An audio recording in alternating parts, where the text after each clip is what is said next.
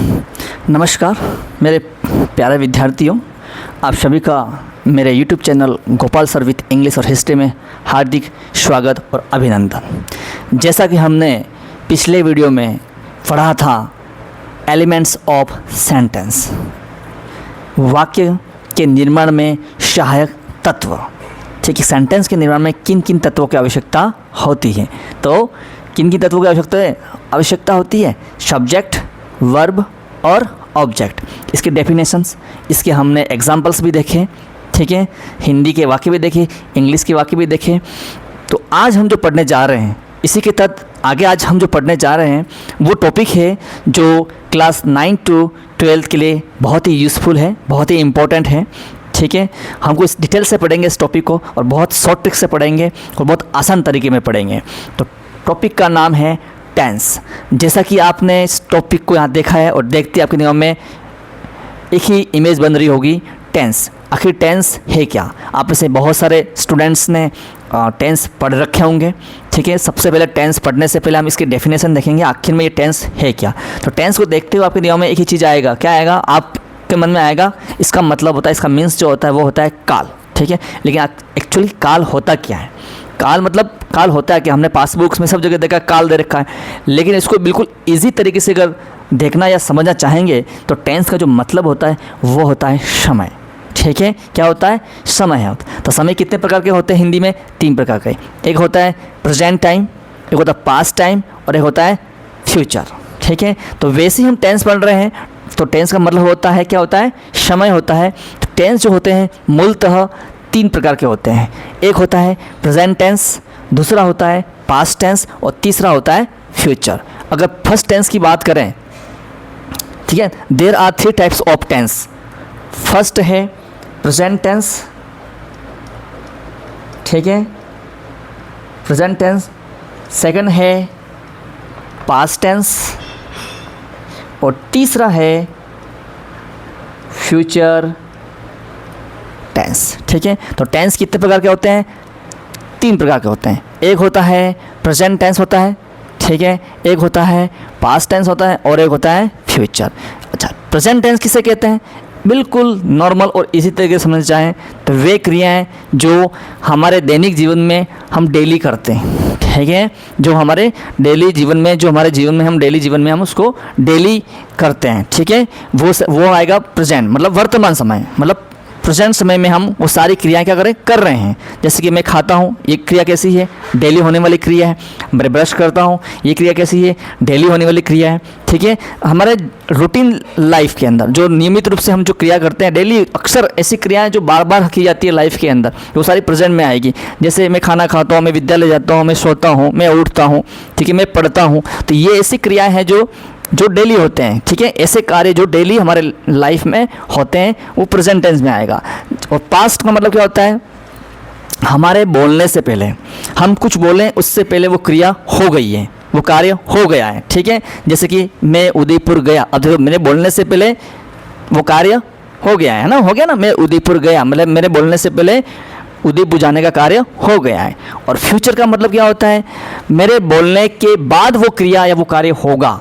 ठीक है, मेरे बोलने के बाद, जैसे मैं बोल रहा हूँ, मेरे बोलने के बाद वो कार्य हो। मैं बोल रहा हूँ मैं कल एक पेन खरीदूंगा, अब मैं बोल रहा हूँ, अभी खरीदा नहीं है, मैं बोल रहा हूँ, मेरे बोलने के बाद जो आने वाला कल है तब वो क्रिया होगी, तब वो कार्य होगा, तो वो आएगा फ्यूचर में। क्या आएगा? फ्यूचर। प्रेजेंट का मतलब आप सभी जानते ही हैं, प्रेजेंट का मतलब क्या होता है?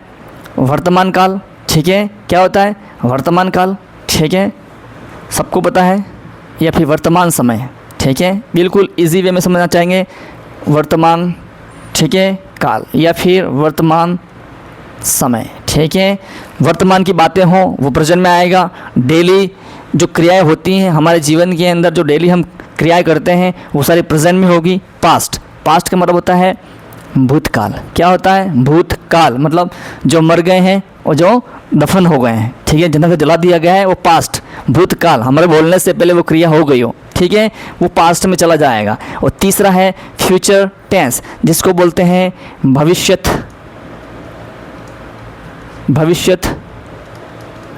काल। ठीक है, भविष्यत काल या भविष्य का समय।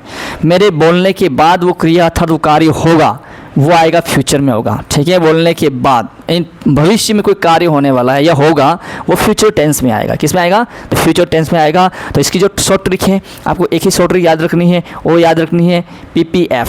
क्या याद रखना है? PPF। तो टेंस कितने प्रकार के होते हैं? टेंस होते हैं 3 प्रकार के। कौन कौन से?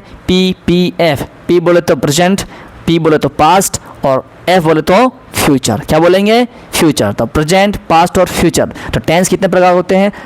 3 प्रकार के होते हैं। एक प्रेजेंट टेंस, एक पास्ट टेंस और एक फ्यूचर टेंस। अब इसको हम डिटेल से पढ़ेंगे, ठीक है। सबसे पहले हम प्रेजेंट पढ़ेंगे, फिर हम पास्ट पढ़ेंगे और फिर हम पढ़ेंगे फ्यूचर पढ़ेंगे, ठीक है। इसको हम डिटेल से बहुत अच्छे से, आसान तरीके से, आसान शब्दों में हम इसको समझने की कोशिश करेंगे। तो सबसे पहला क्वेश्चन ये है कि टेंस का मतलब क्या होता है? टेंस का मतलब होता है समय। क्या होता है? समय, ठीक है। टेंस कितने प्रकार के होते हैं? 3 प्रकार के होते हैं। कौन कौन से? प्रेजेंट, पास्ट और फ्यूचर। PPF। वैसे आप ये सब जानते हैं, आपने पढ़ भी रखा होगा, इसलिए मुझे ज़्यादा इतनी दिक्कत नहीं होगी यहाँ समझाने की, क्योंकि आप में से बहुत सारे स्टूडेंट्स ने इस टॉपिक को बहुत अच्छे से पढ़ रखा होगा और बहुत अच्छे से जानते भी होंगे। तो टेंस 3 प्रकार के होते हैं, प्रेजेंट, पास्ट और फ्यूचर। PPF। आगे बढ़ें, चलो आगे बढ़ते हैं। यस,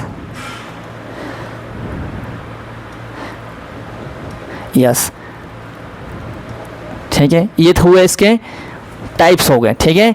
अब बात करेंगे इसके पार्ट्स के बारे में, बात करेंगे हम। आखिर में ये पार्ट्स कितने होते हैं, ठीक है। यस। अब बात करते हैं, टेंस 3 प्रकार के होते हैं और इसके पार्ट्स कितने होते हैं? सभी को पता है पार्ट्स कितने होते हैं? 4 पार्ट्स होते हैं। प्रेजेंट के भी 4 पार्ट्स होते हैं, पास्ट के भी 4 पार्ट्स होते हैं, भाग होते हैं, और फ्यूचर के भी 4 पार्ट्स होते हैं। अब समझने की कोशिश करें यहाँ पे आप, ठीक है। कितने होते हैं अभी पार्ट्स? 4 होते हैं। कितने होते हैं? 4 होते हैं, ठीक है। सिंपल वे में, ठीक है। अब मैं एक स्टोरी सुनाता हूँ। वैसे छोटे बच्चों की स्टोरी है, आप में से बहुत बड़े बच्चे हों उनके लिए नहीं है, लेकिन फिर भी मेरे हिसाब से मेरे इस YouTube चैनल पे बहुत सारे विद्यार्थी ऐसे भी हैं जो पहली बार जुड़े हैं या फिर वो 0 से स्टार्ट कर रहे हैं। तो क्यों ना उसके लिए इन 4 पार्ट्स को याद करने के लिए एक छोटी सी स्टोरी बताना चाहूँगा। एक्चुअली होता क्या है, एक बार एक बूढ़ा व्यक्ति होता है। कौन होता है? एक बूढ़ा व्यक्ति होता है, ठीक है। समझने की कोशिश करना, ठीक है। ये बूढ़ा व्यक्ति होता है, इसका जो नाम होता है वो होता है टेंस। क्या होता है? टेंस होता है, ठीक है। अब इसके टोटल कितने पुत्र होते हैं? 3 पुत्र होते हैं, ठीक है। इसके 3 लड़के होते हैं, ठीक है। फर्स्ट का नाम है प्रेजेंट, सेकंड का नाम है पास्ट और थर्ड का जो नाम है वो फ्यूचर है। अब ये जो बूढ़ा व्यक्ति होता है, जो ओल्ड मैन होता है, इसके 3 सन होते हैं, ठीक है, जिनके नाम है प्रेजेंट, पास्ट एंड फ्यूचर। अब ये तीनों क्या होते हैं? भुलक्कड़ होते हैं। क्या होते हैं? भुलक्कड़ होते हैं। तो ये जो ओल्ड मैन है, ये तीनों मूर्ख भी हैं और समझ लो एक तरह से भुलक्कड़ भी हैं। हर बात को भूल जाते हैं, खुद का नाम भी भूल जाते हैं। तो ये बहुत हर समय क्या रहता है? चिंता में, टेंशन में रहता है। ओल्ड मैन जो इनके पिताजी हैं वो हर समय टेंशन में रहते हैं। फिर क्या होता है? कुछ समय के बाद इन तीनों की क्या हो जाती है? शादियाँ हो जाती है। और शादी होने के बाद कुछ समय बाद इनके चार क्या हुए? पुत्र हुए। कितने पुत्र हुए? 4 पुत्र हैं, ठीक है। अब 4 पुत्र हो गए तो इसको टेंशन हुई कि आखिर में इसके जो पुत्र हैं तीनों, इनके जो बच्चे हैं 4, इनके आखिर में नाम क्या रखें, ठीक है। क्योंकि ये तो भुलक्कड़ थे, ये खुद का नाम भूल रहे थे, तो अपने बच्चों का नाम कैसे याद रखेंगे, और वो भी 4 बच्चे। तो ये जो ओल्ड मैन है ये जाते हैं एक पंडित जी के पास, ठीक है। एक पंडित जी के पास जाते हैं, ठीक है। और पंडित जी को जाके अपनी पूरी व्यथा इनको सुनाते हैं। तो पंडित जी इनको सलाह देते हैं क्यों ना एक काम किया जाए। तो क्या काम किया जाए? तो हम जो 4 पुत्र इसके हैं, 4 पुत्र इसके हैं और 4 पुत्र इसके हैं, तो क्यों ना हम सबके सेम नाम रख दें। तो इसने कहा किस प्रकार, कैसे रखें? तो इसने कहा फर्स्ट का जो नाम रखो आप सिंपल रखो। क्या रखो? सिंपल रखो, ठीक है। दूसरे का नाम आप कंटिन्यूस रखो, ठीक है। और तीसरे का नाम आप क्या रखिए? परफेक्ट रखो। और चौथे का नाम इसने बताया परफेक्ट कंटिन्यूस, ठीक है। ये 4 आप नाम रखिए, ठीक है। ये जो 4 नाम है, इसके पुत्र के नाम भी यही रखो, इसके पुत्र के नाम भी ये रखो और इसके पुत्र के नाम, इसके सन के नाम भी यही रखो। तो इसने पूछा इससे क्या फ़ायदा होगा? इससे फ़ायदा ये होगा, सबसे इम्पोर्टेंट चीज़ है, सबके नाम सेम सेम है, तो फिर क्या फ़ायदा होगा? जब भी आप या जब भी ये जो इसके जो पिताजी हैं, ये जो फादर हैं, वो इनको बुलाना चाहेंगे तो क्या करेंगे? इन बच्चों के आगे क्या कर देंगे? अपना नाम जोड़ देंगे। जैसे कि अगर ये चाहेगा, इसको बुलाना चाहेगा तो क्या करेगा? ये खुद बुलाएगा प्रेजेंट सिंपल। ठीक, क्या बोलेगा? प्रेजेंट सिंपल, इधर आओ। तो फर्स्ट का नाम क्या हो गया? Present simple. फिर यही व्यक्ति अगर इस कंटिन्यूस को बुलाना चाहेगा तो क्या आएगा? कहेगा प्रेजेंट कंटिन्यूस। ठीक है, और यही व्यक्ति इसको बुलाना चाहेगा तो क्या करेगा? Present perfect. क्या बोलेगा? Present perfect. क्या बोलेगा? परफेक्ट। और यही व्यक्ति चौथे बच्चे को बुलाना चाहेगा तो कहेगा प्रेजेंट परफेक्ट कंटिन्यूस। क्या बोलेगा? Present perfect continuous. और इन सभी के पीछे अपने अपने दादाजी का नाम जोड़ देना। तो क्या हुआ? Present simple tense. तो प्रेजेंट पिताजी का नाम, बीच में पुत्र का नाम और लास्ट में दादाजी का नाम। ठीक है, इसी प्रकार प्रेजेंट कंटिन्यूस टेंस, इसी प्रकार प्रेजेंट परफेक्ट टेंस, इसी प्रकार प्रेजेंट परफेक्ट कंटिन्यूस टेंस। इसी प्रकार अगर पास्ट को बुलाना होगा तो पास्ट वाला क्या कहेगा? Past simple tense, past continuous tense, past perfect tense और पास्ट परफेक्ट कंटिन्यूस टेंस। और उसी प्रकार फ्यूचर का भी सेम रहेगा, future simple tense, future continuous tense, future perfect tense और फ्यूचर परफेक्ट कंटिन्यूस टेंस। जब भी इनको बुलाना होगा तभी इसी प्रकार बुलाया जाएगा और दादाजी बुलाएंगे तब भी इसी प्रकार बुलाया जाएगा, ताकि किसी को कोई प्रॉब्लम नहीं। इनको एक बार ही याद करना पड़ेगा। क्या याद करना पड़ेगा? सिंपल, कंटिन्यूस, परफेक्ट और परफेक्ट कंटिन्यूस। अगर ये चाहेगा, इसके बच्चों को बुलाना चाहेगा तो प्रेजेंट सिंपल बुलाएगा। ठीक है, प्रेजेंट कंटिन्यूस बुलाएगा, प्रेजेंट परफेक्ट बुलाएगा और प्रेजेंट परफेक्ट कंटिन्यूस बुलाएगा। अगर प्रेजेंट को अगर पास्ट के बच्चों को बुलाना तो क्या बोलेगा? Past simple, past continuous, past perfect और पास्ट परफेक्ट कंटिन्यूस। इन दोनों में से अगर फ्यूचर को बुलाना होगा क्या बोलेगा? Future simple, future continuous, future perfect और फ्यूचर परफेक्ट कंटिन्यूस। इस प्रकार हमें 4 नाम मिल गए हैं। ठीक है, टेंस 3 प्रकार के होते हैं, प्रेजेंट, पास्ट एंड फ्यूचर। उसके 4 पार्ट होते हैं और चारों पार्ट सेम होते हैं। तो फर्स्ट पार्ट का क्या नाम है? नाम याद नहीं है तो पंडित जी को याद कर लेना। पंडित जी ने क्या बताए थे? पहले का नाम सिंपल, दूसरे का नाम कंटिन्यूस, तीसरे का नाम परफेक्ट और चौथे का नाम परफेक्ट कंटिन्यूस। ठीक है, और पीछे अपने अपने दादाजी का नाम लगा दो, टेंस। ठीक है, तो जब भी हम प्रेजेंट टेंस पढ़ेंगे तो प्रेजेंट टेंस के चारों पार्ट पढ़ेंगे। सबसे पहला पार्ट कौन सा पढ़ेंगे? Present simple tense. दूसरा पार्ट क्या पढ़ेंगे? Present continuous tense. तीसरा पार्ट क्या पढ़ेंगे? Present perfect tense. और चौथा पार्ट क्या पढ़ेंगे? Present perfect continuous tense. 4 part हो गए। जैसे वैसे ही हमको अगर पास्ट टेंस पढ़ना है तो हम क्या पढ़ेंगे? Past simple tense, past continuous tense, past perfect tense, past perfect continuous tense. और उसी प्रकार फ्यूचर टेंस पढ़ना है तो future simple tense, future continuous tense, future perfect tense, future perfect continuous tense. और इस प्रकार हमको 4 पार्ट मिल गए। तो टोटल कितने हुए? 4, 4, 8 और 4, 12। टोटल पार्ट्स कितने होते हैं? 4 होते हैं। और टेंस कितने होते हैं? 3 हुए। तो टोटल कितने हो गए? 12 हो गए। टोटल कितने हो गए? 12 हो गए। टेंस 3 प्रकार के होते हैं, उसके पार्ट्स 4 होते हैं। 4 × 3, ठीक है, इक्वल टू 12। तो टोटल टेंस कितने हो गए भाई? 12 हो गए। 12 हो गए। यस, यहाँ तक मुझे पूरा विश्वास है आपको समझ में आ गया होगा। हम आगे बढ़ते हैं। ठीक है, यस, स्टोरी को अच्छे से याद रखना है। ठीक है, बुढ़े व्यक्ति थे, ओल्ड मैन था, उसके 3 पुत्र थे, तीनों भुलक्कड़ थे। फर्स्ट का नाम प्रेजेंट था, दूसरे का नाम पास्ट था और फ्यूचर था। भुलक्कड़ थे। फिर कुछ समय के बाद तीनों की शादी हो जाती है और 4 बच्चे होते हैं। जब इसे टेंशन हुई कि मेरे बच्चों का खुद का नाम याद नहीं रह रहा, तो अपने बच्चों का नाम कैसे वो याद रख पाएंगे, तो ये वो पंडित जी की बताते हैं। पंडित जी तीनों बच्चों के सेम नाम, 4 बच्चे हैं, चारों के सेम नाम के लिए क्या करते हैं? उसको सलाह देते हैं। तो पंडित जी फर्स्ट का नाम रखते हैं सिंपल, दूसरे का नाम रखते हैं कंटिन्यूस, तीसरे का नाम रखते हैं परफेक्ट और चौथे का नाम रखते हैं परफेक्ट कंटिन्यूस। और पीछे बोलते हैं अपने अपने दादाजी का नाम लगा दो। जिस प्रकार हम करते हैं ना, अभी वर्तमान में कभी डॉक्यूमेंट्स के अंदर अपना नाम होता है और अपने नाम के पीछे अपने पिताजी का नाम होता है। ठीक है ना, रमेश चंद्र सन ऑफ सुरेश चंद्र, ऐसा होता है ना। तो वैसे ही पंडित जी ने ये नाम सुझाए थे। अब हम आगे बढ़ते हैं। आगे चलो। यस, यस, अब हम आगे बढ़ेंगे। ठीक है, यस, ये हो गए टेंस हो गए। अब हम आगे बढ़ने की कोशिश करेंगे। यस, यस, यस, पहला टेंस हम पढ़ने जा रहे हैं भाई। ठीक है, हम कौन सा टेंस पढ़ने जा रहे हैं? पहला टेंस पढ़ने जा रहे हैं। और पहला टेंस है प्रेजेंट सिंपल टेंस, या फिर हम बोल सकते हैं प्रेजेंट टेंस। ठीक है, प्रेजेंट टेंस पढ़ने जा रहे हैं हम। ठीक है, यस, समझने की कोशिश करें यहाँ पे आप। यस, ठीक है, यस। तो पहला जो टेंस है वो है प्रेजेंट टेंस। और प्रेजेंट टेंस की हम कितने पार्ट होते हैं प्रेजेंट टेंस के भाई? प्रेजेंट टेंस के पार्ट कितने होते हैं? 4 पार्ट होते हैं। होते हैं 4 पार्ट? यस। तो यस, प्रेजेंट टेंस पढ़ रहे हैं हम। प्रेजेंट टेंस के कितने पार्ट होते हैं भाई? ठीक है, कितने पार्ट होते हैं? सबको पता है हर टेंस के 4 पार्ट होते हैं। और 4 पार्टों के नाम वही है, सिंपल है। सिंपल वे में याद रखना, पहले का नाम सिंपल, दूसरे का नाम कंटिन्यूस, तीसरे का नाम परफेक्ट और चौथे का नाम परफेक्ट कंटिन्यूस। क्लियर?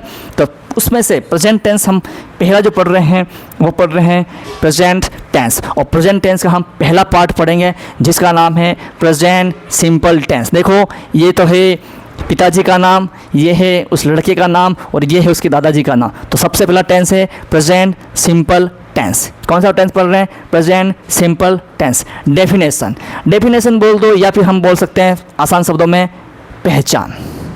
ठीक है, पहचान। क्या पढ़ रहे हैं? पहचान। तो मुझे बताओ इस टेंस की पहचान क्या होगी? बिल्कुल सिंपल वे में आप कई सालों से पढ़ते आ रहे हैं प्रेजेंट सिंपल टेंस की हिंदी में पहचान क्या है। तो आपको पता होना चाहिए। आप, मुझे पता है ये जो यूट्यूब ये जो वीडियो देख रहे हैं, जो भी मेरे स्टूडेंट्स देख रहे हैं, उनमें से लगभग 70 से 80% को बच्चों को अच्छे से पता है कि प्रेजेंट सिंपल टेंस की हिंदी में पहचान क्या है। यदि किसी हिंदी वाक्य के अंत में यदि किसी हिंदी वाक्य के अंत में, यदि किसी हिंदी वाक्य के अंत में क्या हो भाई? क्या हो? क्या दिया हुआ हो? यदि किसी हिंदी वाक्य के अंत में क्या हो? सबको पता है, ता है, ती है, ते है, या फिर क्या दे रखा हो? ता हूँ। ठीक है, ठीक है। तो वह हिंदी का वाक्य किस टेंस का कहलाएगा? Present simple tense. ठीक है, तो वह हिंदी का वाक्य कौन सा कहलाएगा? Present simple tense. क्या कहलाएगा? Present simple tense. यदि किसी हिंदी वाक्य का अंत ता है से होता हो, ती है से होता, ते है से होता या फिर ता हूँ से होता हो, तो वह सेंटेंस किस टेंस का होगा? Present simple tense. बिल्कुल इजी वे में जब कोई हिंदी का वाक्य आ जाए और आपको कहे कि बताओ ये जो हिंदी का वाक्य है वो किस टेंस का है, तो उसको पहचानने के लिए हम उस हिंदी वाक्य के अंत में देखेंगे कि उसका अंत कहाँ हो रहा है। अगर उस वाक्य का अंत इन शब्दों से हो रहा है, ठीक है, किन शब्दों से? इन शब्दों से हो रहा है, तो वह अपना वाक्य किस टेंस का होगा? Present simple tense. इसको हम शॉर्ट फॉर्म बोल सकते हैं, PST1 बोलेंगे। ठीक है, एक होता है PST1, एक होता है PST2 और एक होता है FST, प्रेजेंट सिंपल टेंस। ठीक है, पास्ट सिंपल टेंस, इसलिए इसको 1 नाम दे दिया, इसको 2 नाम दे दो, और फ्यूचर सिंपल टेंस। ठीक है, तो ये जो टेंस है वो है प्रेजेंट सिंपल टेंस। देखो इसमें आंसर भी है, क्या बताएं? वर्ब की फॉर्म भी आ रही है। PST1 का मतलब होता है प्रेजेंट सिंपल टेंस में वर्ब की फर्स्ट फॉर्म का यूज होता है। PST2 का मतलब होता है पास्ट सिंपल टेंस में वर्ब की सेकंड फॉर्म का होता है। और FST फ्यूचर सिंपल टेंस में वर्ब की फर्स्ट फॉर्म का यूज होता है, जो हम आगे शॉर्ट ट्रिक से पढ़ेंगे। ठीक है, क्लियर? जैसे कि एक वाक्य आ गया, इस वाक्य को समझने की कोशिश करें आप। ठीक है, जैसे वाक्य समझें, जैसे कि वाक्य है मैं एक पत्र लिखता हूँ। ठीक है, ये एग्जाम्पल है अपना, क्या है? एग्जाम्पल। और इसको समझने की कोशिश करें, कैसे पहचान करेंगे? मान लो ये वाक्य आ गया, अब इसकी पहचान करने के लिए जो हिंदी का वाक्य जो है वो आखिर किस टेंस का है, तो ऐसे पहचान करने के लिए हम क्या करेंगे? हिंदी वाक्य के अंत में देखेंगे। कहाँ देखेंगे? हिंदी वाक्य के अंत में देखेंगे। और हिंदी वाक्य के अंत में क्या है? ता हूँ है, ता हूँ दे रखा है, ता हूँ। इसका मतलब ये जो वाक्य है वो PST1 का है, बोले तो प्रेजेंट सिंपल टेंस का है। ठीक है। यदि किसी हिंदी वाक्य के अंत में ता हूँ, ती हैं, ते हैं, ठीक है, ऐसे शब्द आ जाएं या फिर ऐसे शब्दों से अंत हो किसी वाक्य का, तो वह हिंदी का वाक्य प्रेजेंट सिंपल टेंस का कहलाता है। जैसे एक वाक्य और समझने की कोशिश करें, राम एक समाचार पत्र पढ़ता है, ठीक है। राम एक समाचार पत्र पढ़ता है। अब देखो हिंदी वाक्य के अंत में देखना क्या दे रखा है, ता है, ता है दे रखा है, दे रखा है ता है। इसका मतलब कौन सा टेंस हुआ ये भाई, ठीक है। यदि हिंदी वाक्य का अंत ता है से होता है तो कौन सा टेंस हुआ, प्रेजेंट सिंपल टेंस, PST1। ये दोनों एग्जाम्पल है, अभी तो हमको सिर्फ हिंदी में समझना है, ठीक है। यदि किसी हिंदी वाक्य का अंत ता है, ती है, ते है या ता हूँ से होता है तो वह हिंदी का वाक्य प्रेजेंट सिंपल टेंस। या हम कह सकते हैं देखो, पढ़ने का काम हम डेली करते हैं, लिखने का काम हम डेली करते हैं, हमारे जो डेली की जो लाइफ है उसमें हम ऐसे कार्य को बार बार जो करते हैं वो प्रेजेंट सिंपल में आते हैं। जो डेली रूटीन में जो कार्य वो करते हैं वो प्रेजेंट सिंपल में आते हैं, ठीक है। तो यहाँ पर सिर्फ कार्य का होना दिख रहा है ना, लिखना कार्य है, पढ़ना कार्य है, ठीक है। और दूसरी बात देखें तो हिंदी वाक्य के अंत में क्या है, ता हूँ, दोनों चीज़ें हैं, ठीक है। हिंदी वाक्य के अंत में क्या है, अगर ये वाला देखना है आपको पहचान तो भी अच्छी बात है, ठीक है। और देखना है लिखना पढ़ना डेली कार्य करते हैं ना, तो ये भी प्रेजेंट सिंपल में ही आएगा। तो ये दोनों वाक्य किस टेंस के हुए, प्रेजेंट सिंपल। ऐसे बहुत सारे वाक्य हैं जिसके अंत में इस प्रकार दिया हुआ ता है, ती है, ते है या ता हूँ दे रखा हो तो वो प्रेजेंट सिंपल टेंस कहलाता है। तो आगे बढ़ें, चलो आगे बढ़ते हैं। यस, अब इसका यूज़ कब करेंगे, किसका यूज़, प्रेजेंट सिंपल टेंस का यूज़ हम कब करेंगे, ठीक है। इसको मिटा देता हूँ। यस, प्रेजेंट सिंपल टेंस का यूज़ कैसे होगा, क्या होगा। यस, तो इसका कुछ रूल्स है मैं लिखवा रहा हूँ, ठीक है। आप रूल लिख लीजिए, आपको रूल याद करने की आवश्यकता नहीं है, मैं शॉर्ट ट्रिक में बता दूंगा आपको, वो शॉर्ट ट्रिक याद रखनी है, ठीक है। चलो शुरू करें। यस, लिखो, नोट करके लिखो, नोट करके लिखना है आपको, ठीक है। नोट, ठीक है, नोट करके लिखना है।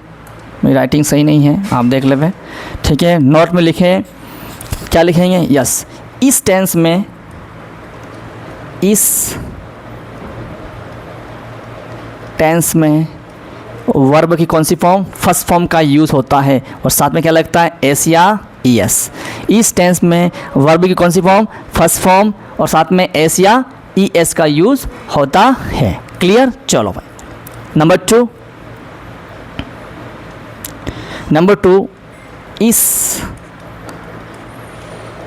इस टेंस की हेल्पिंग वर्ब, इस टेंस की हेल्पिंग वर्ब क्या है, डू और डज है, ठीक है। इस टेंस की हेल्पिंग वर्ब क्या है, डू और डज है, जिसका प्रयोग, याद रखना, जिसका प्रयोग केवल नेगेटिव सेंटेंस में, इंट्रोगेटिव सेंटेंस में और इंट्रोगेटिव नेगेटिव सेंटेंस में ही होता है, ठीक है। पॉजिटिव सेंटेंस में, ठीक है, पॉजिटिव सेंटेंस में डू और डज का प्रयोग नहीं होगा। याद रखना, टोटल टेंस 12 हैं जिसमें 2 टेंस ऐसे हैं जिनकी हेल्पिंग वर्ब का प्रयोग पॉजिटिव सेंटेंस में नहीं होगा, उनका प्रयोग केवल नेगेटिव, इंट्रोगेटिव और इंट्रोगेटिव नेगेटिव सेंटेंस में होगा। और वो 2 टेंस कौन से हैं, सबसे पहला है PST1 और दूसरा है PST2। प्रेजेंट सिंपल टेंस और पास्ट सिंपल टेंस की जो हेल्पिंग वर्ब है, प्रेजेंट सिंपल टेंस की हेल्पिंग वर्ब डू और डज है और पास्ट सिंपल टेंस की हेल्पिंग वर्ब डिड है, ठीक है। पास्ट सिंपल टेंस की हेल्पिंग वर्ब क्या है, डिड है और प्रेजेंट सिंपल टेंस की हेल्पिंग वर्ब क्या है, डू और डज है। इनका प्रयोग पॉजिटिव सेंटेंस में नहीं होगा, ठीक है। पॉजिटिव सेंटेंस में नहीं हो, पॉजिटिव सेंटेंस में इनका प्रयोग नहीं होगा, ठीक है। अभी आपको बस इतना याद रखना, इसकी हेल्पिंग वर्ब डू डज है जिसका प्रयोग पॉजिटिव सेंटेंस में नहीं होगा, मतलब सकारात्मक वाक्य में नहीं होगा। चलो ठीक है। अब मैं बताना चाहूँगा आपको, यस, यहाँ कोने में लिखो आप,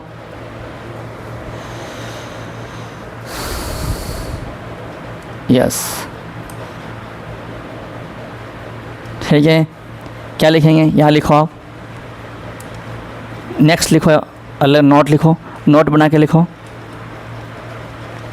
ठीक है। क्या लिखेंगे, यदि सब्जेक्ट, क्या दे रखा हो, यदि सब्जेक्ट, यदि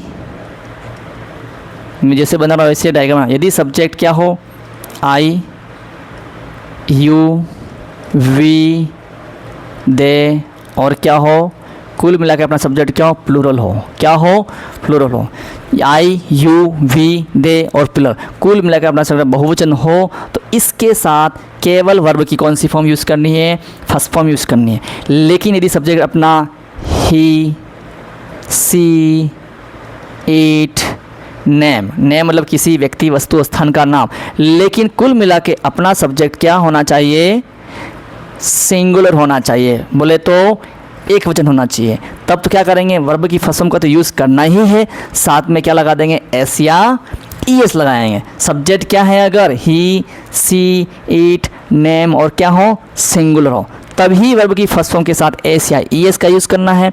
लेकिन यदि सब्जेक्ट आई यू वी दे और प्लूरल, कुल मिलाकर अपना सब्जेक्ट क्या है, प्लूरल, बहुवचन है, तो केवल वर्ब की फर्स्ट फॉर्म का ही यूज़ करना है। ठीक है, आगे बढ़ें, चलो, यस, इसको आप नोट कर लें ज़रूर, वीडियो पॉज करके लिख लें, मैं इरेज कर रहा हूँ। ठीक है, यहाँ तक आपको समझ में आ गया है, चलो आगे बढ़ते हैं। ठीक है, यस, जैसे एक वाक्य है, ठीक है, इसका फॉर्मूला, ठीक है, इसका फॉर्मूला बोलो या फिर स्ट्रक्चर बोलो, एक ही बात है। ठीक है, आपको मैंने बताया था किसी भी सेंटेंस के निर्माण के लिए 3 सहायक तत्वों की आवश्यकता होती है। कोई सा भी सेंटेंस बनाए किसी भी लैंग्वेज के, किसी भी भाषा का, तो 3 तत्वों की आवश्यकता होती है। फर्स्ट है सब्जेक्ट, वर्ब और ऑब्जेक्ट। ठीक है, ये होता है, बस परिवर्तन कहाँ होगा, टेंस के अनुसार वर्ब में परिवर्तन होगा। किसके अनुसार, टेंस के अनुसार क्या होगा, वर्ब में परिवर्तन होगा। ठीक है, जैसे प्रेजेंट, किसी टेंस में वर्ब की फर्स्ट फॉर्म लगेगी, तो किसी टेंस में वर्ब की सेकंड फॉर्म होगी, किसी टेंस में वर्ब की थर्ड फॉर्म का यूज, वो होगा according to tense, according to situation, according to sentence, उस पर डिपेंड करें। बाकी आपको एक ही फॉर्मूला याद रखना है, हर टेंस का एक ही फॉर्मूला होता है, और वो होता है subject, verb, then last object. सबसे पहले सब्जेक्ट आएगा, फिर वर्ब आएगी, और लास्ट में क्या आएगा, ऑब्जेक्ट। बस परिवर्तन करना है टेंस के अनुसार वर्ब के अंदर। ठीक है, अब प्रेजेंट सिंपल टेंस है तो वर्ब की first form, past simple tense है तो वर्ब की second form, future simple tense है तो वर्ब की फर्स्ट फॉर्म। वैसे प्रेजेंट कंटिन्यूस में कुछ और, प्रेजेंट परफेक्ट में कुछ और, पास्ट कंटिन्यूस में कुछ और, पास्ट परफेक्ट में कुछ और, हर टेंस के अनुसार वर्ब में परिवर्तन होता रहेगा। ठीक है, क्लियर, चलो आगे बढ़ें। जैसे एक वाक्य है, एक वाक्य मैं यहाँ लिख रहा हूँ, बिल्कुल सिंपल सा वाक्य है, समझने की कोशिश करें। मैं एक पत्र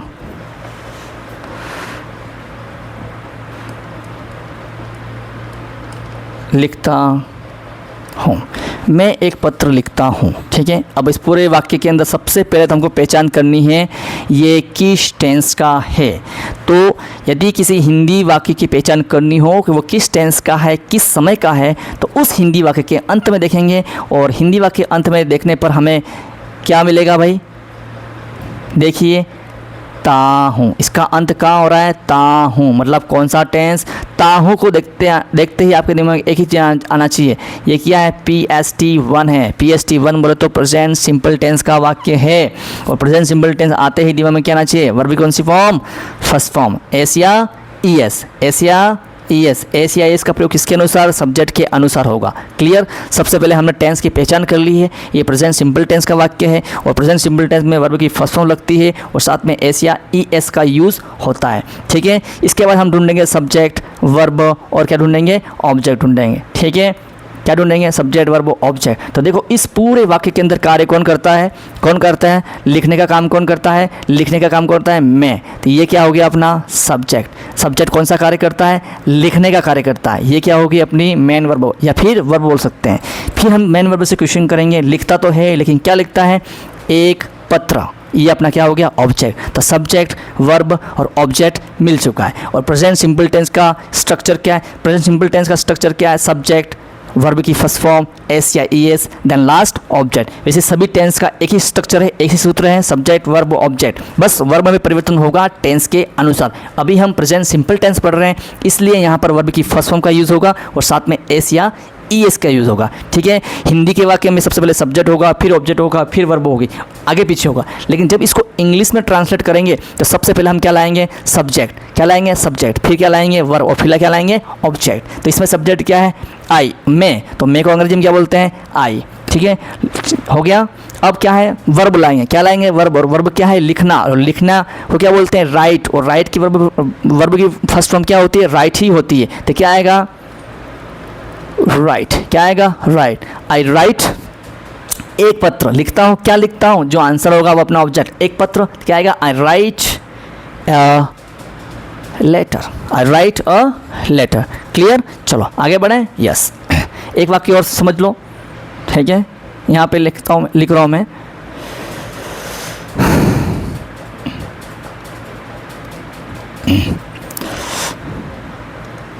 वे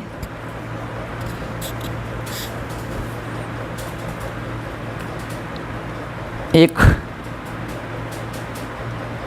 किताब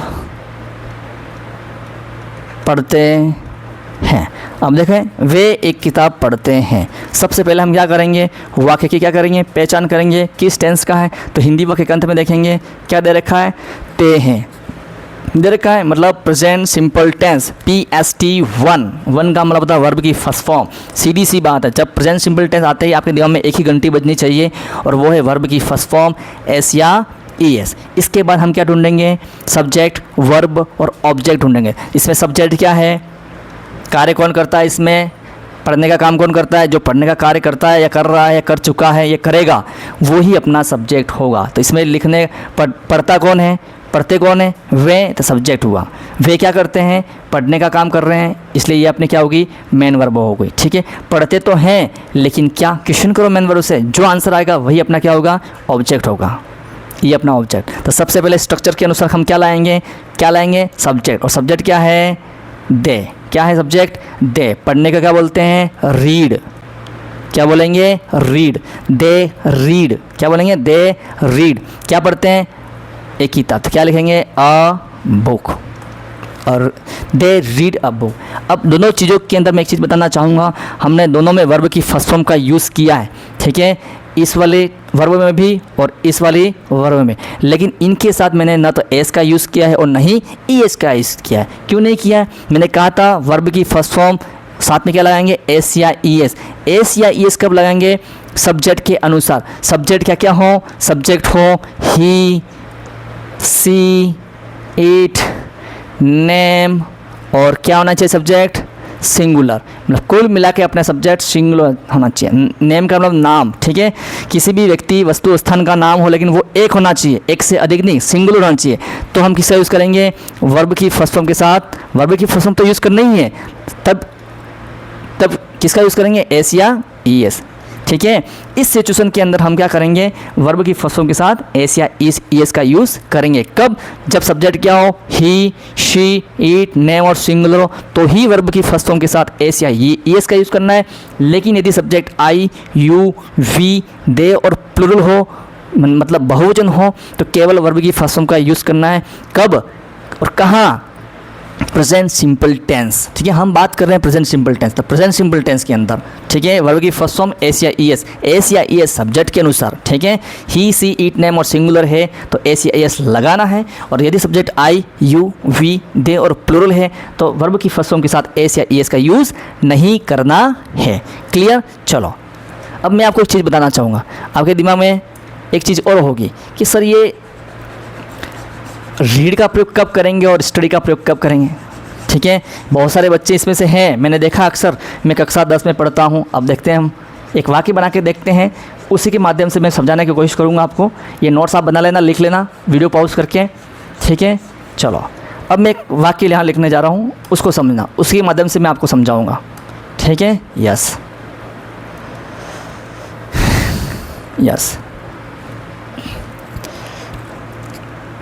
यहाँ लिखो, मैं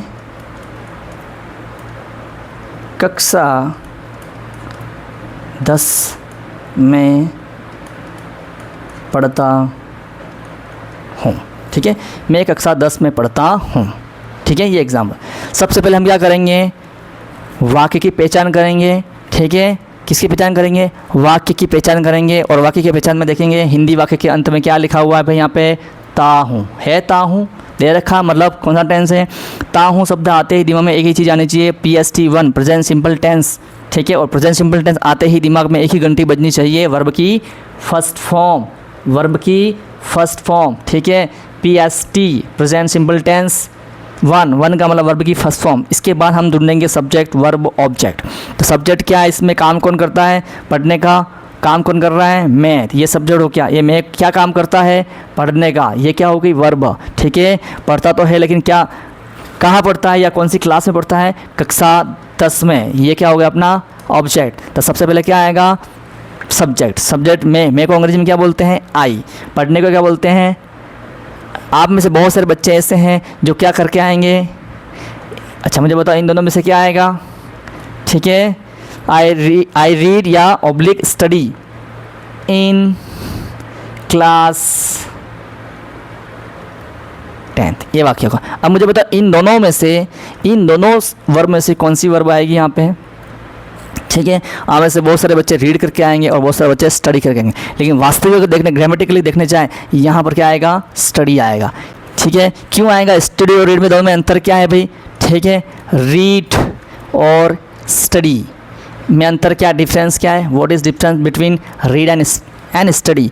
रीड का मतलब होता है केवल देखकर पढ़ना, केवल देखकर पढ़ना। जैसे कि मैं एक न्यूज़पेपर पढ़ता हूँ तो न्यूज़पेपर को हम केवल देखकर पढ़ते हैं, मैं किताब पढ़ता हूँ तो किताब को हम केवल देखकर पढ़ते हैं। जबकि स्टडी में क्या होता है, देखकर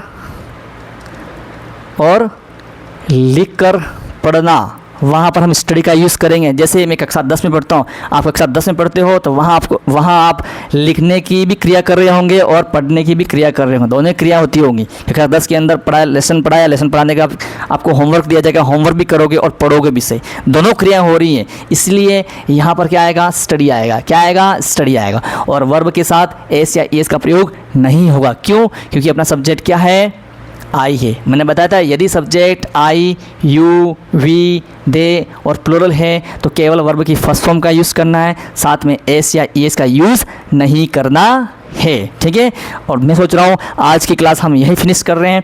इससे आगे बहुत सारे सेंटेंस एक्सरसाइज में लेके आऊँगा, प्रेजेंट सिंपल टेंस को बताते हैं और बहुत रूल्स हैं, और साथ ही बहुत शानदार ट्रिक भी लेके आऊँगा करेक्ट हो वर्ब के रूप में, वहाँ हम अच्छे से इसको पढ़ेंगे। आज की क्लास में यही समाप्त करता हूँ। और क्लास समाप्त करने से पूर्व पहले मैं आपसे विनती करूँगा, रिक्वेस्ट करना चाहूँगा कि यदि आपने मेरा चैनल को सब्सक्राइब नहीं किया है तो ज़्यादा सब्सक्राइब करें, शेयर करें ज़्यादा से ज़्यादा, ठीक है। और कमेंट और लाइक ज़रूर करें। और इसी के साथ जय हिंद, जय भारत।